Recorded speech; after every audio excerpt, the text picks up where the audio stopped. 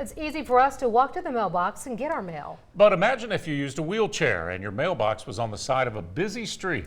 A Mobile woman says she is having a hard time getting the mailman to bring her mail to the door or even get the post office to move her mailbox. NBC 15's Muriel Bailey brought her concerns to the United States Post Office tonight. Muriel? Well, Greg, I saw for myself how hard it was for her to get to her mailbox, and it wasn't just because she's in a wheelchair, it's also in a bad spot. A daily stroll to the mailbox is a 25-minute struggle for Jennifer Fleming.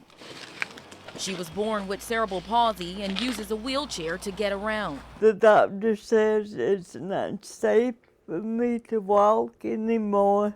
She says her father, who was also her caregiver, passed away last month, and now she has to get her mail herself, which is an obstacle course. In order to get to the mailbox, I have to stand up, push the wheelchair across the gutter, and hold on to it so I don't fall. She does this all while people are driving up and down the street. She says the mailman brings her packages to the door, but when she asked if he could bring her mail as well, she says he refused. He brings the boxes. He will not bring the mail. What's the difference? She says she then filled out paperwork to get her mailbox moved to her porch, but she says her request hasn't been approved.